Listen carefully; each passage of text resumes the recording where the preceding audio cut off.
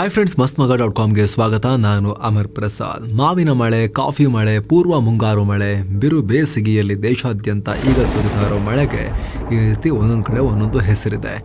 ಈ ಮಳೆ ಬರಲಿಲ್ಲ ಅಂದರೆ ಪಶ್ಚಿಮ ಘಟ್ಟದ ಕಾಫಿ ತೋಟಗಳಲ್ಲಿ ಸರಿಯಾಗಿ ಹೂವು ಅರಳಲ್ಲ, ಬಯಲ್ಸೀಮೆಯಲ್ಲಿ ಮಾವು ಹಣ್ಣಾಗಲ್ಲ, ಅಸ್ಸಾಂ ನೀಲಗಿರಿಗಳ ಚಹಾ ಬೆಳೆಗೆ ಇಳುವರಿ ಬರಲ್ಲ, ಬಿಹಾರದಲ್ಲಿ ಚೆರ್ರಿ ಸ್ವೀಟ್ ಆಗಲ್ಲ. ಹಾಗಿದ್ರೆ ಈ ಮಳೆಯಲ್ಲಿ ಅಂಥದ್ದೇನಿದೆ? ಇದರ ಸ್ಪೆಷಾಲಿಟಿ ಏನು? ಈ ಸುಡು ಬಿಸಿಲಲ್ಲಿ ಎಲ್ಲಿಂದ ಬರುತ್ತೆ ಈ ಮಳೆ? ಮ್ಯಾಂಗೋ ಶವರ್ಸ್ ಎಲ್ಲಿಂದ ಬರುತ್ತೆ? ಇದಕ್ಕೆ ಕಾಫಿ ಹೂವು ಅರಳಿಸೋ ಶಕ್ತಿ ಎಲ್ಲಿಂದ ಸಿಗತ್ತೆ? ಈ ಮಳೆಯನ್ನ ಬೇಸಿಗೆಯ ವರಪ್ರಸಾದ ಅಂತ ಕರೆಯೋದು ಯಾಕೆ? ಎಲ್ಲವನ್ನ ಈ ವರದಿಯಲ್ಲಿ ನೋಡ್ತಾ ಹೋಗೋಣ. ಕಡೆ ತನಕ ಮಿಸ್ ಮಾಡಿದೆ ನೋಡಿ. ಬಂತು ಪೂರ್ವ ಮುಂಗಾರು. ಸ್ನೇಹಿತರೆ, ಕಳೆದ ಮಾರ್ಚ್ 20ನೇ ತಾರೀಕು ಮಧ್ಯಾಹ್ನ ಸೂರ್ಯ ಎಕ್ಸಾಕ್ಟ್ ಆಗಿ ಭೂಮಧ್ಯ ರೇಖೆ ಮೇಲಿದ್ದ. ಇದನ್ನ ವರ್ನಲ್ ಇಕ್ವಿನಾಕ್ಸ್ ಅಂತ ಕರೀತಾರೆ. ಕನ್ನಡದಲ್ಲಿ ವಸಂತ ಋತುವಿನ ವಿಶ್ವತ್ ಸಂಕ್ರಾಂತಿ ಅಂತಾರೆ. ವಸಂತ ಕಾಲ ಅಂದರೆ ಮಾವು ಚಿಗುರು ಕಾಲ. ಭೂಮಿಯ ದಕ್ಷಿಣಾರ್ಧ ಗೋಳದಲ್ಲಿ ಮುಗಿದು ಉತ್ತರಾರ್ಧ ಗೋಳದಲ್ಲಿ ಶುರುವಾಗೋ ದಿನ. ಜೊತೆಗೆ ಭಾರತದಲ್ಲಿ ಪೂರ್ವ ಮುಂಗಾರು ಮಳೆ ಶುರುವಾಗಬೇಕಾಗಿರೋ ದಿನ. ಪೂರ್ವ ಮುಂಗಾರು ಅಂದರೆ ಪೂರ್ವ ದಿಕ್ಕಿನಿಂದ ಬರೋ ಮಾರುತಗಳು ಅಂತಲ್ಲ, ಮುಂಗಾರು ಮಳೆಗೂ ಮುಂಚೆ ಬರೋ ಮಳೆ ಅಂತ ಅರ್ಥ. ಪ್ರೀ ಮಾನ್ಸೂನ್ ಅಂತ ಕರೀತಾರೆ. ವಿಶೇಷ ಅಂದ್ರೆ ಈ ಬಾರಿ ಸೂರ್ಯ ಭೂಮಧ್ಯ ರೇಖೆ ಮೇಲಿದ್ದ ಅದೇ ದಿನ ಬೆಂಗಳೂರು ಸೇರಿದಂತೆ ದೇಶದ ಹಲವು ಭಾಗಗಳಲ್ಲಿ ಮಳೆ ಶುರುವಾಯಿತು. ಸೋಮವಾರ ಆಂಧ್ರ ತೆಲಂಗಾಣದಲ್ಲೂ ಮಳೆ ಬಿದ್ದಿದೆ. ಒಂದೊಂದು ದಿನ ಒಂದೊಂದು ಕಡೆ ಆಲಿಕಲ್ಲು ಗುಡುಗು ಸಹಿತ ಜೋರಾಗಿ ಮಳೆ ಸುರಿಸಿ ಹೋಗಿದೆ. ಬೆಂಗಳೂರಲ್ಲಂತೂ ಸೈಕ್ಲೋನ್ ಬಂದ ಹಾಗೆ 7-8 ಗಂಟೆ ಸುರಿದು ಹೋಯಿತು. ಸುಡುವ ಬೇಸಿಗೆಯಲ್ಲಿ ಬಿರುಗಾಳಿ ಸಮೇತ ಬಂದು ಹುಸ್ಕೂರು ಮದ್ದೂರಮ್ಮನ ತೇರನ್ನೇ ಉರುಳಿಸಿಬಿಡ್ತು. ಹಾಗಿದ್ರೆ ಈ ಪೂರ್ವ ಮುಂಗಾರು ಎಲ್ಲಿಂದ ಬಂತು? ಯಾಕೆ ದಿನ ಅಲ್ಲಲ್ಲಿ ಸುರಿತಾ ಇದೆ? ಇದರ ವಿಶೇಷತೆ ಏನು? ವರ್ಷದ ಮೊದಲ ಮಳೆ. ವಸಂತ ಋತುವಿನ ವಿಶ್ವತ್ ಸಂಕ್ರಾಂತಿ ದಿನ ಇಡೀ ಭಾರತದಲ್ಲಿ ತಾಪಮಾನ ಜಾಸ್ತಿ ಆಗೋಕೆ ಶುರುವಾಗುತ್ತೆ. ಇದರ ಜೊತೆಗೆ ಪೂರ್ವ ಮುಂಗಾರು ಕೂಡ ಆರಂಭ ಆಗುತ್ತೆ. ಮಾರ್ಚ್ ಮೇ ಅಂತರದಲ್ಲಿ ಯಾವಾಗಲೇ ಮಳೆ ಬಂದರೂ ಕೂಡ ಅದನ್ನು ಪೂರ್ವ ಮುಂಗಾರು, pre monsoon, mango shower, cherry blossom ಅಂತೆಲ್ಲ ಕರಿಬಹುದು. ಸಾಮಾನ್ಯವಾಗಿ ಯುಗಾದಿ ನಂತರ ವರ್ಷದ ಮೊದಲ ಮಳೆ ರೂಪದಲ್ಲಿ ಪೂರ್ವ ಮುಂಗಾರು ಶುರುವಾಗ್ತಿತ್ತು. ಆದರೆ ಈ ವರ್ಷ ಯುಗಾದಿಗೆ ಮುಂಚೆನೆ ಬಂದಿದೆ. ಜೂನ್ನಲ್ಲಿ ಬರೋ ಮುಂಗಾರು ಮಳೆ ಕೇರಳಕ್ಕೆ ಇಂಥ ದಿನವೇ ಕಾಲಿಡುತ್ತೆ ಅಂತ ಪ್ರೆಡಿಕ್ಟ್ ಮಾಡ್ಬೋದು.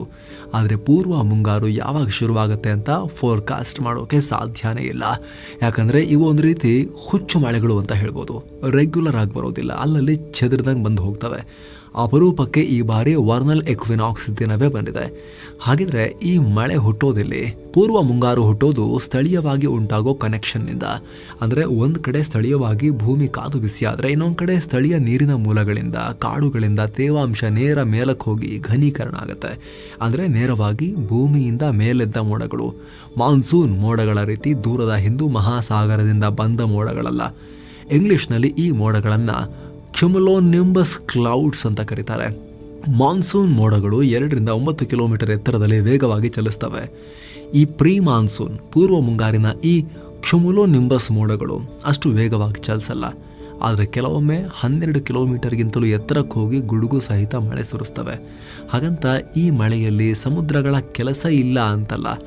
ಎರಡೂ ಕಡೆಯಿಂದ, ಅರಬ್ಬಿ ಸಮುದ್ರದಿಂದಲೂ ಬಂಗಾಳ ಕೊಲ್ಲಿಯಿಂದಲೂ ತೇವಾಂಶ ಭರಿತ ಗಾಳಿ ಈ ಟೈಮ್ನಲ್ಲಿ ಭಾರತಕ್ಕೆ ನುಗ್ತವೆ. ಈ ತೇವಾಂಶ ಭರಿತ ಗಾಳಿ ಕಾದ ಭೂಮಿಯೊಂದಿಗೆ ಸೇರಿ ಕೆಲವೊಮ್ಮೆ ವಾತಾವರಣದಲ್ಲಿ ಅಸ್ಥಿರತೆ ಉಂಟಾಗುತ್ತೆ. ಇದರಿಂದಲೂ ಸ್ಥಳೀಯವಾಗಿ ಕಾನ್ವೆಕ್ಷನ್ ಉಂಟಾಗಿ ಸಡನ್ ಆಗಿ ಮಳೆ ಬರ್ಬೋದು. ಪೂರ್ವ ಮುಂಗಾರು ಮಳೆಯಲ್ಲಿ ಪಶ್ಚಿಮ ಘಟ್ಟಗಳ ಪಾತ್ರ ಬೇಕಾದಷ್ಟಿದೆ. ಈ ಘಟ್ಟಗಳ ಎವರ್ ಗ್ರೀನ್ ಕಾಡುಗಳು ತೇವಾಂಶ ಭರಿತ ಗಾಳಿಯನ್ನು ಮೇಲ್ಕಳಿಸಿ ಕೂಲ್ ಮಾಡೋ ಕೆಲಸ ಮಾಡ್ತವೆ. ಆ ಮೂಲಕ ದಕ್ಷಿಣ ಭಾರತಕ್ಕೆ ಈ ಬೆಟ್ಟಗಳೇ ಮಳೆಯನ್ನು ಕೊಡ್ತವೆ. ಇದ್ರ ಜೊತೆಗೆ ಉತ್ತರ ಭಾರತದಲ್ಲಿ ಇನ್ನೂ ಇಂಟ್ರೆಸ್ಟಿಂಗ್ ಪ್ರಸಂಗ ನಡೆಯುತ್ತೆ. ದೂರದ ಮೆಡಿಟರೇನಿಯನ್ ಪ್ರದೇಶದ ಉಷ್ಣವಲಯದ ಬಿರುಗಾಳಿಯೂ ಕೂಡ ಉತ್ತರ ಭಾರತದ ಕಡೆಗೆ ಮೂವ್ ಆಗ್ತಿರ್ತವೆ. ಸಾಮಾನ್ಯವಾಗಿ ಚಳಿಗಾಲದಲ್ಲಿ ನಿರಂತರವಾಗಿ ಈ ಪ್ರಕ್ರಿಯೆ ನಡೆಯುತ್ತೆ. ಆದರೆ ಆ ಟೈಮ್ನಲ್ಲಿ ಉತ್ತರ ಭಾರತದಲ್ಲಿ ಅಷ್ಟು ಬಿಸಿಲಿರೋದಿಲ್ಲ. ಆದರೆ ವಿಶ್ವತ್ ಸಂಕ್ರಾಂತಿ ನಂತರ ಬಿಸಿಲಿರೋದ್ರಿಂದ ಮೆಡಿಟರೇನಿಯನ್ ಬಿರುಗಾಳಿಗಳಿಂದ ಉತ್ತರ ಭಾರತದಲ್ಲಿ ಪೂರ್ವ ಮುಂಗಾರು ಅಥವಾ ಪ್ರೀ ಮಾನ್ಸೂನ್ ಮಳೆ ಬರುತ್ತೆ. ಹಾಗಿದ್ರೆ ಈ ಪೂರ್ವ ಮುಂಗಾರಿಗೆ ಮಾವು ಹಣ್ಣಾಗಿಸೋ, ಕಾಫಿ ಅರಳಿಸೋ ಶಕ್ತಿ ಬರೋದು ಹೇಗೆ? ಬನ್ನಿ ನೋಡ್ತಾ ಹೋಗೋಣ. ಏನು ಸ್ನೇಹಿತರೆ, ವರದಿಯಲ್ಲಿ ಮುಂದುವರಿಯೋಕ್ಕಿಂತ ಮುಂಚೆ ಬ್ಯಾಂಕಾಕ್ ಪಟಾಯಾಗೆ 7 Sands tourism company summer holiday package ತಂದಿದೆ. Offer price 63,500, 4 night 5 days Thailand trip. ಇದು ಪ್ಯಾಕೇಜ್ ನಲ್ಲಿ flight tickets, 3 star hotel stay, all meals, AC transport, tiger park, Pattaya city, coral island tour with speed boat, Alcazar show, Bangkok city, safari world ಇಲ್ಲೆಲ್ಲ ಹೋಗೋದಿರುತ್ತೆ. 24 hours ಕೂಡ Kannada tour manager ಸಹಾಯ ಇರುತ್ತೆ ಹಾಗೂ ಹಿರಿಯ ನಾಗರಿಕರಿಗೆ ವಿಶೇಷ ಕೇರ್ ಇರುತ್ತೆ. ಟ್ರಾವೆಲ್ ಇನ್ಶೂರೆನ್ಸ್ ಕೂಡ ಒಳಗೊಂಡಿದೆ. ಈ ಪ್ರೈಸ್ ಹೊರಡೋ ದಿನ 14 ಏಪ್ರಿಲ್ 2025. ಕೆಲವೇ ಸೀಟುಗಳು ಲಭ್ಯ. ಆಸಕ್ತರು ಈ ನಂಬರ್ಗೆ ಕಾಲ್ ಮಾಡಿ ನಿಮ್ಮ ಸೀಟನ್ನ ಕೂಡ ಬುಕ್ ಮಾಡಿ. ಬನ್ನಿ ಈಗ ವರದಿಯಲ್ಲಿ ಮುಂದುವರಿಯೋಣ. ಮಾವು ಹಣ್ಣಾಗೋದು ಹೇಗೆ? ಬೇಸಿಗೆಗೆ ಮುಂಚೆ ವಸಂತ ಕಾಲದಲ್ಲೇ ಅಂದ್ರೆ ಫೆಬ್ರವರಿ ಮಾರ್ಚ್ನಲ್ಲೇ ಮಾವು ಚಿಗುರಿ ಹೂವಾಗಿ ಕಾಯಾಗಿರುತ್ತೆ. ಮಾರ್ಚ್ನಿಂದ ಮುಂದಕ್ಕೆ ಕಾಯಿ ಹಣ್ಣಾಗೋ ಟೈಮ್. ಈ ಟೈಮಲ್ಲಿ ಬಿಸಿಲು ಜಾಸ್ತಿ ಇರೋದ್ರಿಂದ ಎಳೆ ಮಾವಿನಕಾಯಿ ತೇವಾಂಶ ಕಳ್ಕೊಂಡು ಉದುರುತ್ತವೆ ಕೂಡ. ಆದರೆ ಮ್ಯಾಂಗೋ ಶವರ್ಸ್ನಿಂದಾಗಿ ವಾತಾವರಣ ಸ್ವಲ್ಪ ತಂಪಾಗಿ ಮಾವಿನ ಮರಕ್ಕೆ ಹೀಟ್ ಕಮ್ಮಿ ಆಗುತ್ತೆ, ನೀರಿನ ಸ್ಟ್ರೆಸ್ ಕಮ್ಮಿ ಆಗುತ್ತೆ. ಜೊತೆಗೆ ಮಾವಿನ ಮರಕ್ಕೆ ಸಿಹಿ ಅಂಶ ಹಾಗೂ ಹೆಚ್ಚಿನ ಫ್ಲೇವರ್ ಸಿಗೋದು ಈ ಮ್ಯಾಂಗೋ ಶವರ್ಸಿಂದ. ಹಾಗಂತ ಮಳೆ ನೀರಲ್ಲಿ ಸಿಹಿ ಅಂಶ ಇದೆಯಾ? ಹಂಗಲ್ಲ. ವಾತಾವರಣದಲ್ಲಿ ತೇವಾಂಶ ಜಾಸ್ತಿ ಆದರೆ ಮಾವಿನಕಾಯಿ ಒಳಗೆ ಸ್ಟಾರ್ಚ್ ಸಕ್ಕರೆ ಅಂಶವಾಗಿ ಕನ್ವರ್ಟ್ ಆಗುತ್ತೆ. ಇದೇ ಕಾರಣಕ್ಕೆ ಕರ್ನಾಟಕ, ಮಹಾರಾಷ್ಟ್ರದಲ್ಲಿ ಈ ಮಳೆ ಮಾವಿನ ಮಳೆ ಅಂತ ಕರೆಸ್ಕೊಳ್ಳುತ್ತೆ. ಕಾಫಿ ಬೆಳೆಗಾರರಿಗೂ ಹಬ್ಬ. ಕರ್ನಾಟಕ, ಕೇರಳ, ತಮಿಳುನಾಡಿನ ಕಾಫಿ ಬೆಳೆಗಾರರಿಗೆ ಪೂರ್ವ ಮುಂಗಾರು ಮಳೆ ಬಹಳ ಇಂಪಾರ್ಟೆಂಟ್. ಯಾಕಂದರೆ ಕಾಫಿ ಗಿಡಗಳಲ್ಲಿ ಹೂವು ಬೆಳವಣಿಗೆಯನ್ನು ಟ್ರಿಗರ್ ಮಾಡೋಕ್ಕೆ ವಾತಾವರಣದಲ್ಲಿ ಸಖತ್ ತೇವಾಂಶ ಬೇಕು. ಗಿಡಗಳಲ್ಲಿ ಸಂತಾನೋತ್ಪತ್ತಿ ಟ್ರಿಗರ್ ಆಗೋಕೆ ತಂಪಾದ ವಾತಾವರಣ ಬೇಕು.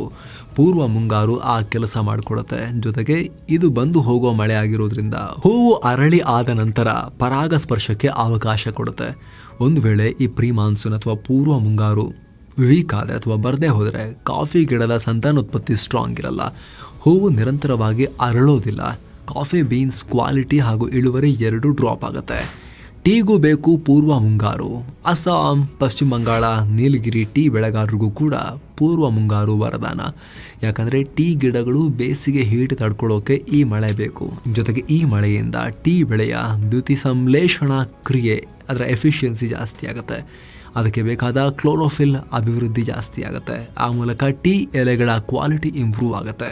ಜೊತೆಗೆ ಬೇಸಿಗೆ ಹಾಗೂ ಬಿಸಿ ವಾತಾವರಣದಲ್ಲಿ ಟೀ ಗಿಡಗಳ ಕಡೆಗೆ ಬರೋ ಕೀಟಗಳನ್ನು ಕೂಡ ಈ ಮಳೆ ಕಂಟ್ರೋಲ್ ಮಾಡುತ್ತೆ. ಸಾಂಬಾರ ಪದಾರ್ಥಗಳ ಸ್ಟೆಬಿಲೈಸರ್. ಕರಿಮೆಣಸು, ಜಾಯಿಕಾಯಿ, ಲವಂಗ ಮುಂತಾದ ಸಾಂಬಾರ ಪದಾರ್ಥಗಳಿಗೆ ಮಾನ್ಸೂನ್ ಮುಂಚೆನೂ ಸ್ವಲ್ಪ ತೇವಾಂಶ ಬೇಕು. ಸಾಂಬಾರ ಪದಾರ್ಥಗಳು ಟೆಂಪ್ರೇಚರ್ ಸೆನ್ಸಿಟಿವ್ ಕೂಡ. ಬಿಸಿ ಜಾಸ್ತಿ ಇದ್ರೆ ತಡ್ಕೊಳ್ಳಲ್ಲ. ಇದೇ ಕಾರಣಕ್ಕೆ ಇವು ಬಯಲ್ಸೀಮೆಯಲ್ಲಿ ಜಾಸ್ತಿ ಕಂಡು ಬರೋದೇ ಇಲ್ಲ.